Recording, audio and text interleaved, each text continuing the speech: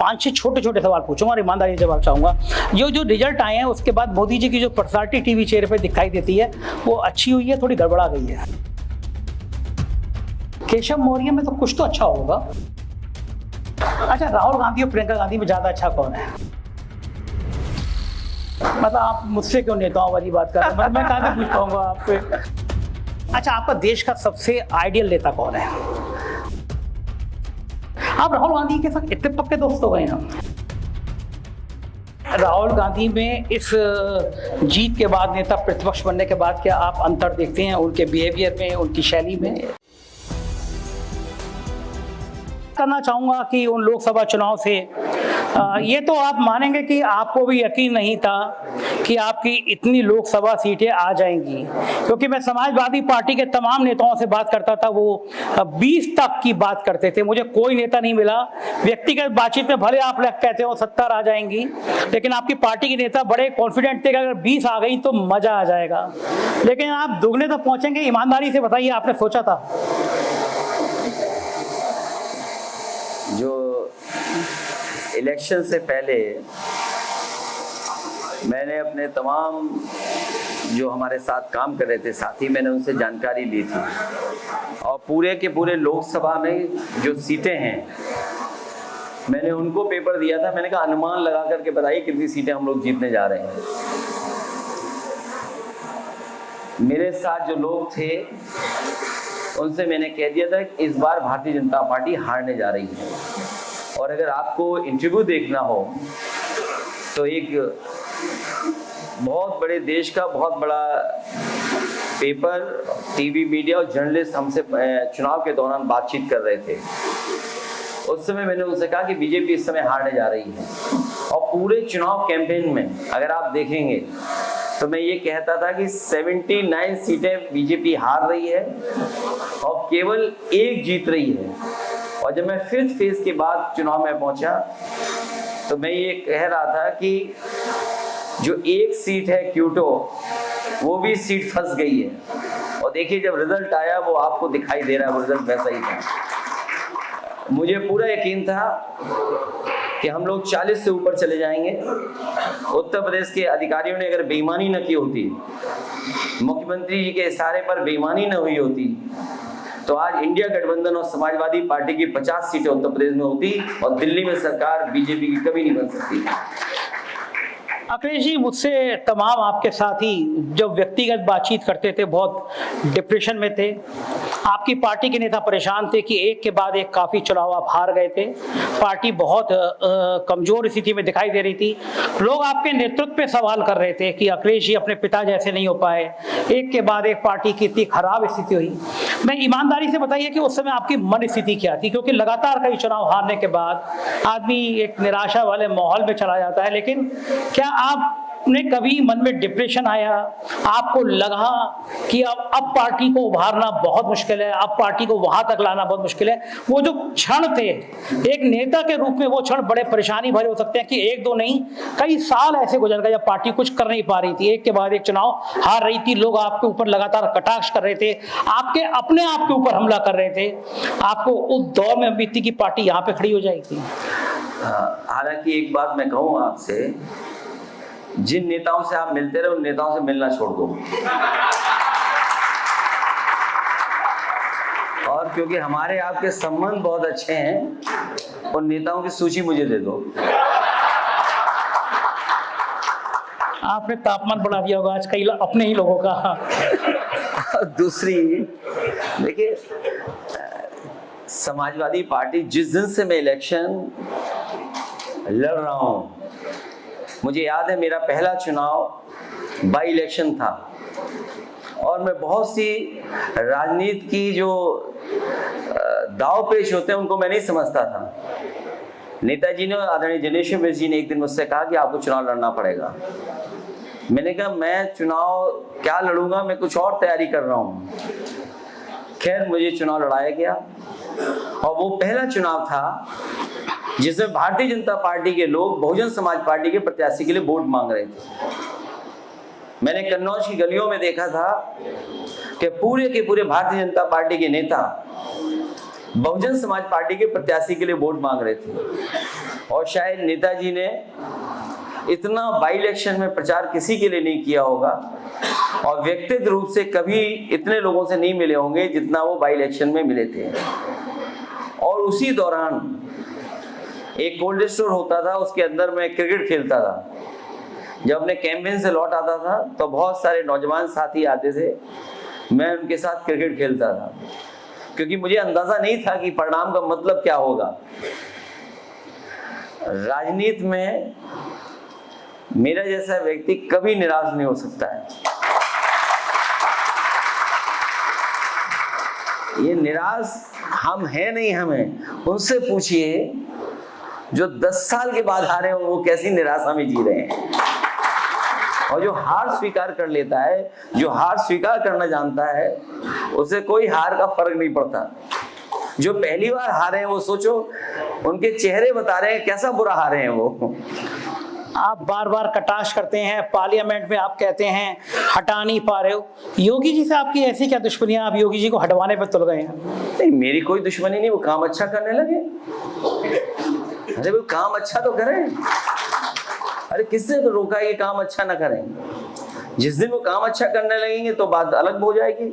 आप सोचिए, आप दिल्ली की सरकार उनकी, यूपी की सरकार उनकी, इस लखनऊ शहर में कोई अपना काम बड़ा नहीं बता पाएंगे।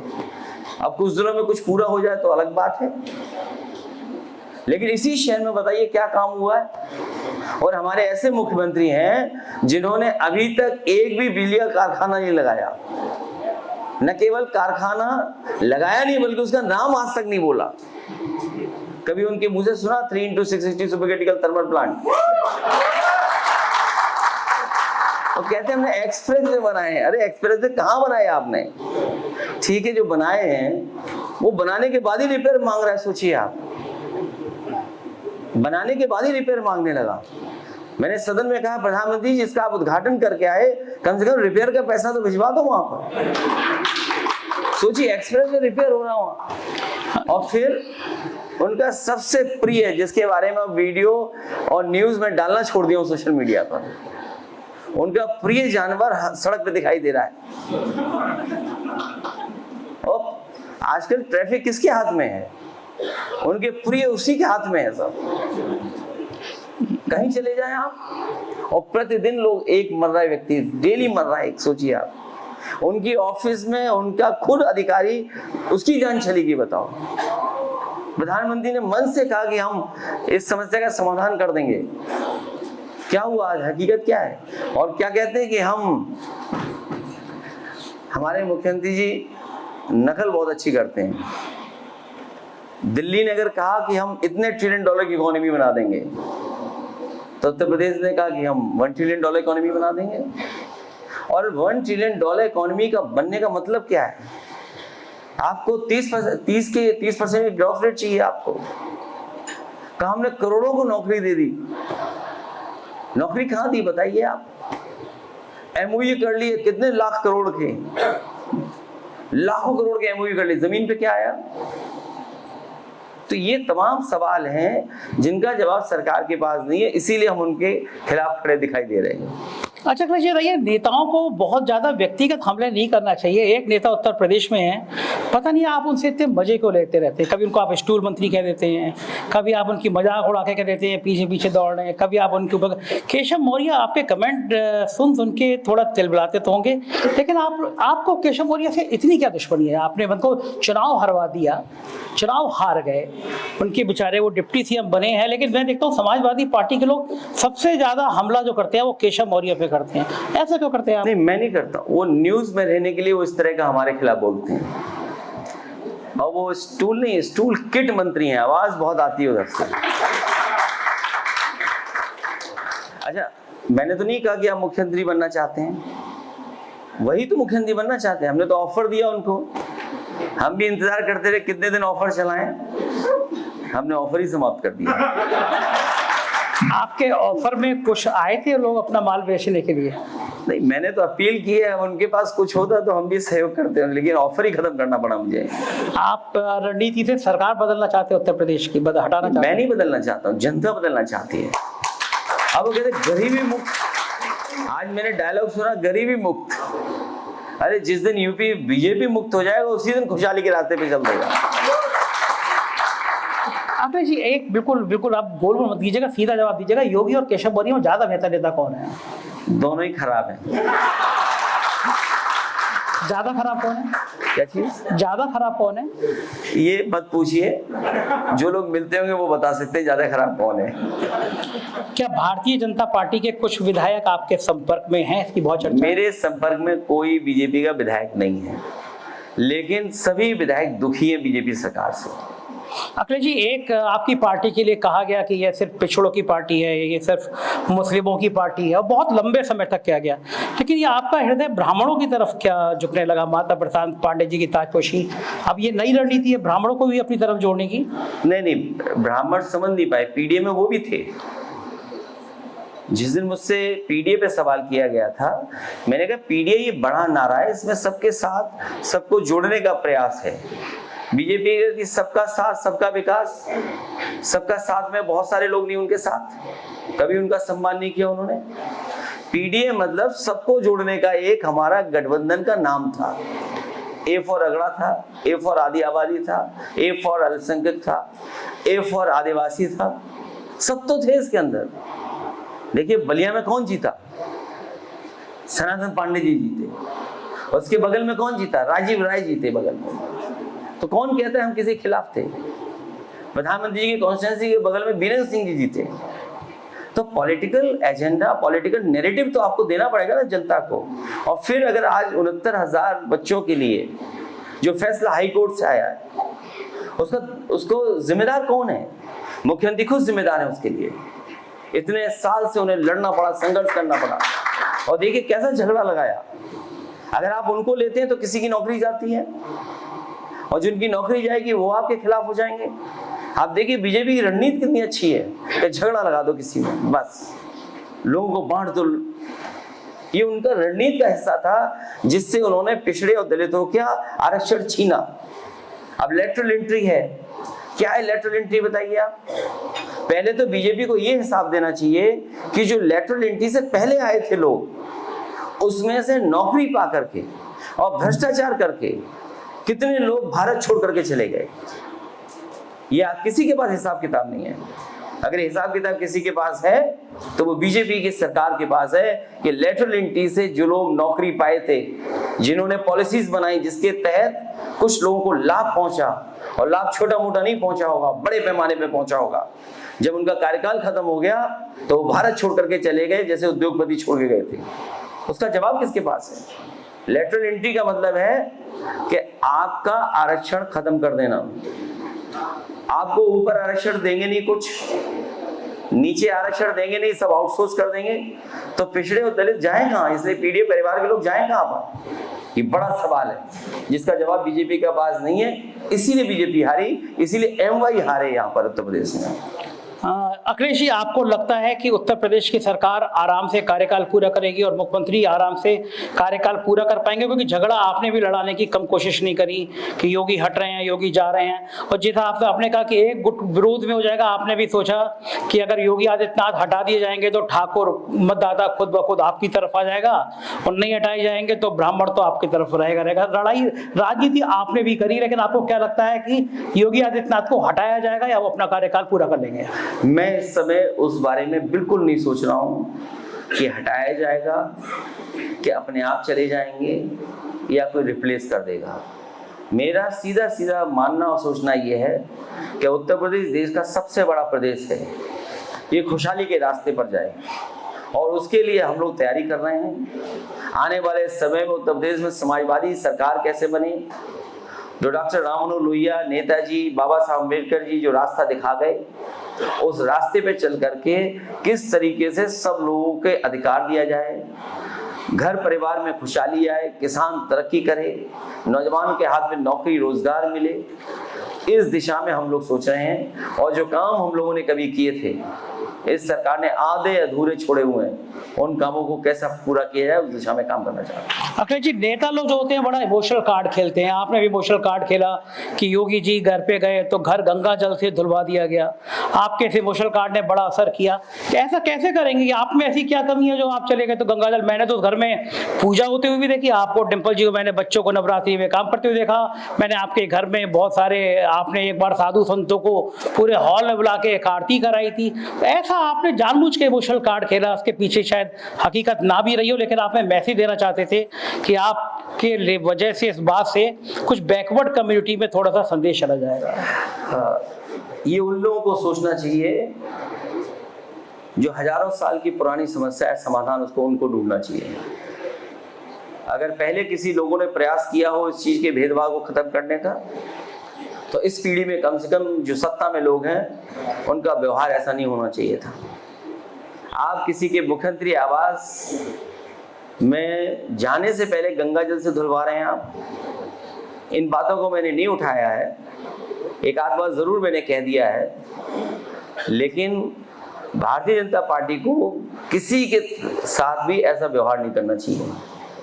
अगर कोई मंदिर जाए और मंदिर को बाद में गंगा जल से धुलवाया जाए, और ये बीजेपी को बताना चाहिए कि गंगा जल से क्यों धुलवाया उन्होंने मंदिर, क्यों धुलवाया मुख्यमंत्री आवास और क्यों धुलवाया प्रतिमा।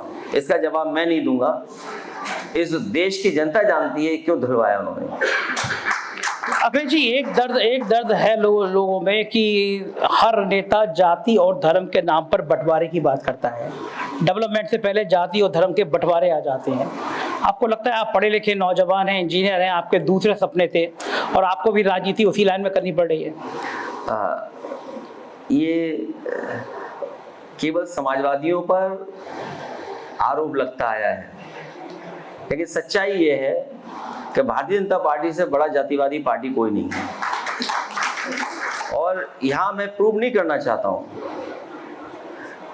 मुझे याद है कि बहुत तरह तरह से आरोप लगे थे, लेकिन आज जितना कुछ आपको विकास दिखाई दे रहा है, मान लीजिए SCL का यहाँ ट्रेनिंग इंस्टीट्यूट बना है। जब शिव नाडा जी मुझसे सबसे पहले मिले थे तो मैंने उनसे यही कहा कि अगर आपने कैंपस बनाया नोएडा में, आप लखनऊ में भी बनाइए।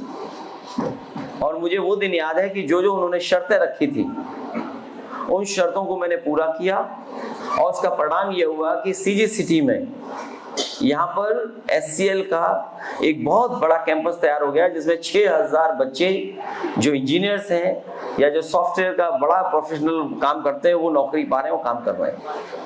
केवल यही नहीं, और तमाम विकास के जो काम किए, कहीं भेदभाव नहीं दिखाई दिया होगा, किसी भी योजना में भेदभाव नहीं था। लेकिन हम लोगों पे आरोप क्या लगता था कि हम जातिवादी लोग हैं। आप सोचिए IAS कितने होंगे हमारे, या IPS कितने होंगे? आरोप क्या लगता था? जो लोग आरोप लगाते थे आज बोल नहीं पा रहे हैं। सोचिए हमारी सरकार में जो आज व्यवस्था अगर होती तो कितना आरोप हम लोगों को आरोप का सामना करना पड़ता, मुख्यमंत्री जी से लेकर के नीचे तक। आप पता कर लीजिए कौन बैठा है, कौन अन्याय कर रहा है। और अन्याय तो अब छोटा हो गया है। शायद उत्तर प्रदेश ने इतनी लूट कभी नहीं देखी होगी जो अब देखने को मिल रही है। क्या हम कल्पना कर सकते हैं कि एक इंजीनियर को उसके घर में घुस करके मार दिया हो? सुल्तानपुर कोई दूर जगह नहीं है, यहां से बहुत करीब में है। सोचिए घर में घुस करके उसको मार दिया, मारते मारते इंजीनियर को मार दिया। क्या ये घपला भ्रष्टाचार को नहीं प्रूव करता? इसका जिम्मेदार कौन है? सरकार बोलना भी नहीं चाहती। और दुर्भाग्य केवल सरकार का नहीं है, बहुत सारे मीडिया हाउसेस हैं। दुर्भाग्य उस बात का भी है कि मीडिया हाउसेस भी उसको न्यूज नहीं बना पा रहे हैं, क्योंकि उन्हें पता है कि अगर न्यूज बनाई, खबर बनाई तो उनका बजट कट जाएगा। इंजीनियर का मर्डर हो जाना इसी मुख्यमंत्री आवास पर, शायद किसी मुख्यमंत्री के यहाँ इतने बेटियां किसान आत्मदाह करने नहीं आए होंगे। ये बात मैं रिकॉर्ड पे कहता हूँ। सबसे ज्यादा बेटियां अगर महिलाएं आई हैं न्याय मांगने के लिए, और मुख्यमंत्री आवास पर आत्मदाह कर किसी ने किया होगा तो यही बीजेपी की सरकार ने किया है। इसका जवाब अगर उनके पास हो तो बताएं कुछ। अखिलेश जी, 2 राज्यों में चुनाव होने जा रहे हैं। महाराष्ट्र पता नहीं किस कारण से नहीं उन्होंने घोषणा करी। कांग्रेस के संग आपके सास बहू जैसे रिश्ते रहते हैं। चुनाव सिर पे आ गया था और आपकी कांग्रेस की बात ही नहीं हो पा रही थी। बहुत लेट बातचीत शुरू हुई और मेरा तो मानना है कि अगर आप लोग इतने कॉन्फिडेंट थे कि इतनी सीटें आ जाएंगी, बनारस में भी शायद आप मजबूती से लड़ते तो बनारस का नक्शा भी कुछ और बिगड़ सकता था। मैं ये जानना चाहूंगा कि अब क्या भविष्य कांग्रेस के साथ क्या रहने वाला है? क्या आप हरियाणा में, क्या आप महाराष्ट्र में कुछ सीटें इंडिया गठबंधन के तहत मांगेंगे, आपको मिलेगी? देखिए, ये पहले तो मैं ये बता दूं क्या होता क्या नहीं होता। अब जितनी सीटें जीत गए इतनी ही बहुत हैं, और अगली बार इससे ज्यादा हराएंगे उसका प्रयास हम लोगों को करना पड़ेगा, वो करते रहेंगे। जहां तक और प्रदेशों का चुनाव का सवाल है, गठबंधन का है, ये बातचीत हमारी कांग्रेस से होगी, और हम समाजवादी लोग हैं, कम से कम कांग्रेस के लोग ये जानते हैं हमारा व्यवहार ऐसा नहीं है कि हम किसी बात पे जिद कर दें। और दल जरूर जिद करते हैं, उनकी जिद समाजवादी लोगों ने मानी है, लेकिन हम लोग जिद कम करते हैं। लेकिन ये सपना हर दल का होता है कि वो राष्ट्रीय पार्टी बने। आने वाले समय में समाजवादी पार्टी राष्ट्रीय पार्टी कैसे बने उस दिशा में काम जरूर करेगी। अच्छा, आपको लगता है कभी आपके इतने करीबी नहीं एक लोकसभा चुनाव में मैडम मायावती जी, अब वो 0 पे आपने ला दिया तो आप कुछ थोड़ा सा उनको कैसा लगता होगा आपको देख के? मैं नहीं लाया हूँ 0 पे उन्हें, उनके अपने फैसले उन्हें 0 पे ले आए, और जितना वो करीब बीजेपी के जाएंगे उतना और 0 हो जाएंगे। आप लोगों का दुष्प्रचार है, मतलब क्यों वो बीजेपी के खिलाफ? हमारा कोई दुष्प्रचार नहीं है। उत्तर प्रदेश की जनता ये जानती है, बीजेपी से मिलकर के सरकारें भी बनाई हैं। अभी उनके बारे में इसलिए नहीं कहना ठीक नहीं है क्योंकि अभी वो शून्य पर हैं, प्रयास कर रही हैं आगे बढ़ें। लेकिन जिस सिद्धांत से वो हटी हैं, बहुजन समाज पार्टी, उसी की वजह से उन्हें ये परिणाम देखने को मिल रहा है। 10 विधान सीटों पे उपचुनाव है, लोग मान रहे हैं कि ये नतीजे उत्तर प्रदेश का मुख्यमंत्री तय कर देंगे कि योगी आदित्यनाथ कंटिन्यू करेंगे, हटाए जाएंगे। क्या तैयारी है समाजवादी पार्टी ईमानदारी से 10 में से कितनी सीटें जीत पाएगी? फेयर इलेक्शन हुआ, इलेक्शन कमीशन ने शिकायतों पर सही एक्शन लिया, तो भारतीय जनता पार्टी 0 सीटें जीतेगी। ये 37 सीटें जीतने के बाद आपका कॉन्फिडेंस लेवल कुछ ज्यादा हाई हो गया है? नहीं, कॉन्फिडेंस हाई नहीं हुआ है, और ना हम वो कॉन्फिडेंस में हैं। वहाँ सीटें समाजवादियों की पहले से सीटें हैं। अलीगढ़ इसलिए हारेंगे क्योंकि अलीगढ़ के सांसद के साथ पूरी अलीगढ़ की जनता जानती है कि वो जीते हुए चुनाव थे, उनको जानबूझ करके हरा दिया गया। और बाकी कई सीटें हैं जो समाजवादी पार्टी की सिटिंग रही हैं। समाजवादी पार्टी का बहुत अच्छा संगठन है, समाजवादी पार्टी का वहाँ पर समीकरण बहुत अच्छा है, इसलिए इंडिया गठबंधन बीजेपी को इस बार 0 कर देगा। अखिलेश जी, मुझे एक चीज याद आती है, मेरे मन में आती थी, जब भी आपकी सरकार थी, कोई भी घटना होती थी, किसी की हत्या हो जाए, किडनैप हो जाए, खबर के संग आपको फोटो लगता था टीवी चैनलों पे, जैसे वो आप ही ने कर दिया हो। किधर बड़े बड़े घटना हो गई हो, हाथरस में दलित लड़की की मर्डर हो गया, कुछ हो गया हो, कहीं पे मौजूदा सीएम का फोटो नहीं लगता। तो क्या प्यार है मीडिया को? आपको क्या लगता है, इतना दुलार आपसे क्यों फोटो लगता था, अब क्यों नहीं लगता? क्या कारण होगा? ये सब सीखने की बातें हैं, वो हम लोग सीखे नहीं थे, अब सीख गए हैं। कुछ बीजेपी से भी सीखना चाहिए और कुछ बीएसपी से भी सीखना चाहिए, इसलिए सीखते रहना चाहिए। अच्छा, एक बात जो मैंने आपसे आज तक नहीं पूछी, इतनी लंबी बातों में नहीं पूछी, आज मेरा मन कर रहा है पूछने का। आप जब मुख्यमंत्री थे तो जो मैंने अपने भाषण में लिखा, मैं बहुत आपके खिलाफ लिखता था, गंदा भी, तीखा भी, और बहुत खरा। उस समय आपके मन में क्या था, गुस्सा आता था? देखिए, मैंने आपसे कहा, न केवल आपको बल्कि कई जर्नलिस्ट, हालांकि एक बार मैंने प्रेस कॉन्फ्रेंस में कुछ बात ऐसी कह दी थी, उसको बहुत बुरा लग गया था। बाद में शायद उसके साथ खिलाफ कार्रवाई भी हुई, क्योंकि एक जर्नलिस्ट ने मेरा इंटरव्यू लिया और इंटरव्यू लेकर के पूरा एडिट वगैरह के रिकॉर्ड करके रख लिया। मैंने पूछा कब आएगा, तो उन्होंने कहा कि थर्सडे को इस समय आएगा, और जब थर्सडे का समय देखा वो आया ही नहीं। तो मैंने उससे पूछा कि इंटरव्यू क्यों नहीं आया हमारा? बोला हमारे सेल्स और मार्केटिंग डिपार्टमेंट ने मना कर दिया था, इसलिए नहीं आया। तो मैं बात समझ रहा हूँ उस चीज को।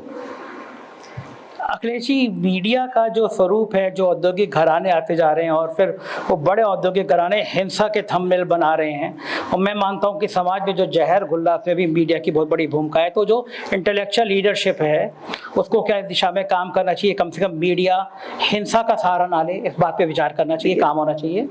मीडिया की खबर सरकार के लिए सूचना होनी चाहिए और सूचना पे एक्ट करना चाहिए। लेकिन अब जो सरकारें हैं वो खबर को दबाते हैं कि खबर न जाने लोग। किस पे बहस होनी है, व्हाट्सएप पे पता लगता है कि ये व्हाट्सएप आ गया है, ये टॉपिक है, ये ब्रेकिंग न्यूज है, इसी पे आपको बहस करनी है। कहाँ से आता है वो अक्सर वहीं से आता है जहां से फंड आता है, जहां से बजट आता है।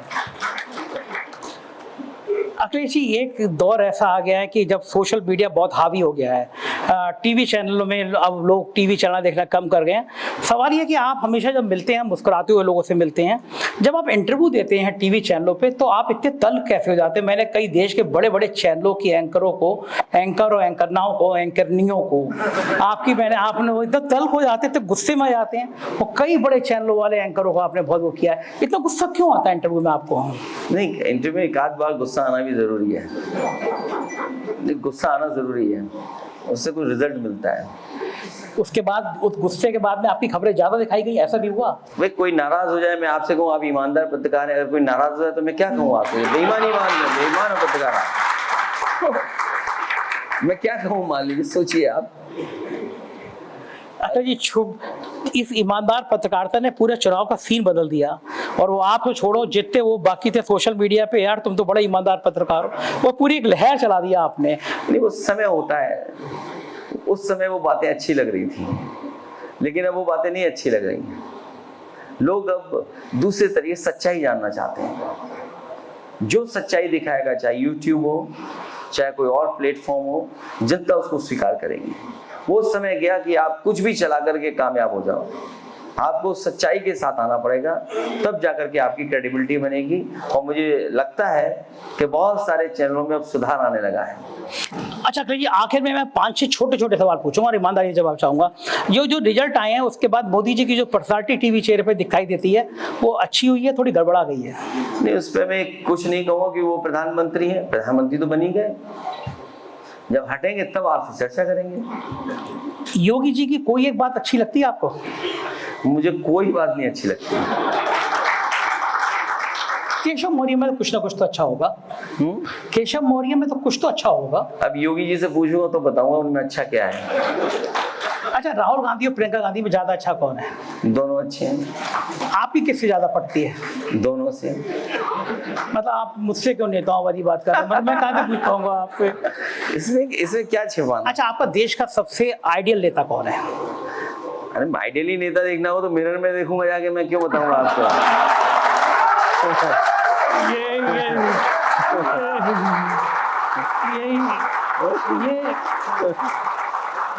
आपकी ये जो क्विक हाजिर जवाबी है, इसका डेमो हमने देखा था पार्लियामेंट में, जब अनुराग ठाकुर जी ने राहुल गांधी से जाति की बात करी और आपको एकदम गुस्सा आया। पूरी कांग्रेस जब तक संभलती कि और समझाती कि क्या बोलना है, तब तक तो आपने कांग्रेस से हाथ से बाजी छीन ली और पूरे देश में आप छा गए उस गुस्से के साथ कि तुमने जाति कैसे पूछी। आप राहुल गांधी के साथ इतने पक्के दोस्त हो गए हैं? नहीं, बीजेपी को किसी भी नेता की जाति नहीं पूछनी चाहिए था, और कम से कम लीडर ऑपोजिशन के बारे में इस तरह का व्यवहार उनका नहीं होना चाहिए था। और मंत्री बनना है तो दूसरा तरीका अपना लो, कोई चमचागिरी का। राहुल गांधी में इस जीत के बाद, नेता प्रतिपक्ष बनने के बाद, क्या आप अंतर देखते हैं उनके बिहेवियर में, उनकी शैली में? स्वाभाविक है, क्योंकि पद पाने के बाद बहुत सी चीजें अपने आप आ जाती हैं और स्वाभाविक से बहुत सी चीजों को वो डील भी कर रहे हैं और डील करेंगे भी।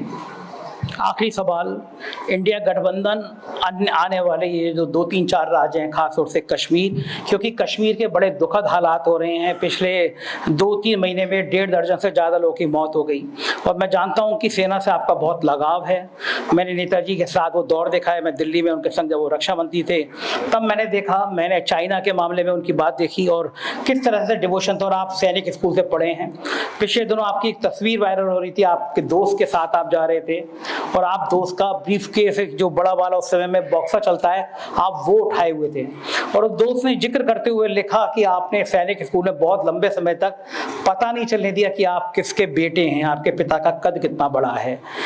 उस अखिलेश यादव को उस दौर से आज के दौर में जब आप एक देश के बड़े नेताओं में शुमार हो गए, आपकी पार्टी देश की तीसरी सबसे बड़ी पार्टी हो गई है, आपके बच्चे भी बड़े हो गए हैं और मैंने देखा कि एक नेता के रूप में मैं आपकी बहुत तारीफ नहीं कर रहा, लेकिन मैं समाज में अलग अलग जगह रहता हूं तो ये बात मानी जाती है कि आपकी और डिंपल जी की जोड़ी लोगों को बहुत आकर्षित करती है। आप दोनों का व्यवहार बहुत आकर्षित करता है और आपसे ज्यादा सौम्यता डिंपल जी में नजर आती है। ये जो नई पीढ़ी आ रही है जिसको अब धर्म और जाति की बातें की जा रही है, आपको लगता है कि इस नई पीढ़ी का, क्योंकि मैंने अपने बेटे से एक बार पूछा, वो इंजीनियरिंग कर चुका है, मैंने कहा तुम्हारे जितने संगी साथी हैं उनका, हमारे इंजीनियरिंग के बच्चे कहते हैं कि हमें डेवलपमेंट चाहिए, हमें विकास की बातें करनी चाहिए। तो जो लोग धर्म की बातें कर रहे हैं, अगर नौजवान उससे अलग हो जाएगा फिर उनके पास अगला मुद्दा क्या होने वाला है? जो नई पीढ़ी है उसके अपने नए सपने होते हैं। नई पीढ़ी अपने हिसाब से चलती है। अगर हम कुछ सिखाना चाहेंगे तो शायद नहीं सीखेंगे वो, उनके अपने अलग सपने होते हैं। हमारी आपकी जिम्मेदारी यही बनती है, आने वाली पीढ़ी को हम अच्छा कुछ दे करके जाएं, जो कुछ विकास हम लोग कर सकें, नई पीढ़ी को अच्छा रास्ता दिखा के जाएं, यही हम लोगों का सपना होना चाहिए, यही संकल्प होना चाहिए। बहुत बहुत शुक्रिया अखिलेश जी, आज आपने बहुत अच्छी बातें करी और मेरे साथ दिया। बहुत बहुत धन्यवाद। Thank you.